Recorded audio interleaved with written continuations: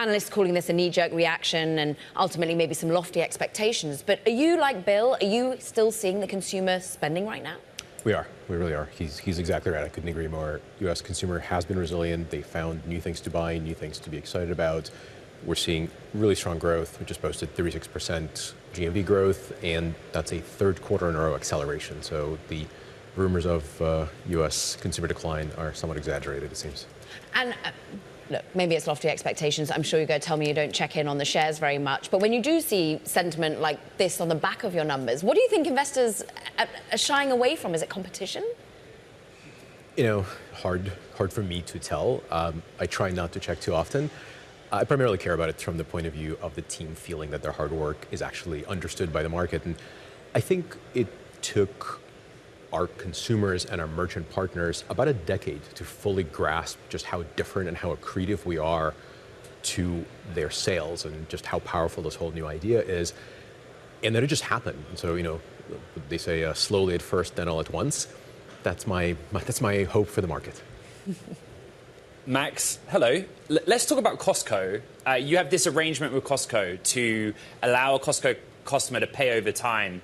I am a Costco member, and I have a Citi credit card. And the benefit of the card is that it gives me 5% cash back on gas or 4% on groceries, right? So I'm incentivized there. You and I have talked about this a lot, right? The sort of academic approach to whether you should put something on credit or not. Just explain how you think you're going to be competitive against Costco members like I with this offer. You know, I'm not sure I'm going to be competitive. I think Costco's card, like everything offered at Costco, is a great value. And, you know, it's certainly not a thing we are trying to talk you out of if you are truly committed to it. We speak to a younger demo than a typical credit card consumer who is very miles, rewards, et cetera, conscious. They choose to borrow with Affirm because they have a point of view on they don't like credit card debt. They want to know exactly the true cost of the thing they're buying. They want to know when they're out of debt and fully paid up. And they're less interested in rewards, much more interested in just transparency of pricing. And I think Costco understands that as they try to attract younger buyers, and that's why they partner with us. I am no longer in the younger demographic. You're still in a very young demographic.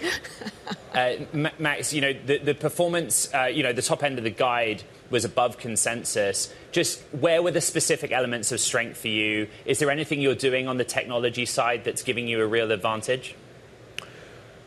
You know, it's very fashionable to flash your AI credentials, but we have built a really, really meaningful business entirely on the strength of AI and machine learning all these years, underwriting consumers with alternative data, completely different approach to modeling, while, of course, remaining fully compliant with all the applicable laws. So we are a technology-first company with real depth of approvals while maintaining our core values, such as no late fees, no compounding interest, no deferred interest, all the things that people love to complain about when they talk about credit cards. And that's given us real strength with the younger consumer, Gen Z, just like Bill said. You know, we have a huge penetration into millennial demographic, Gen Z demographic.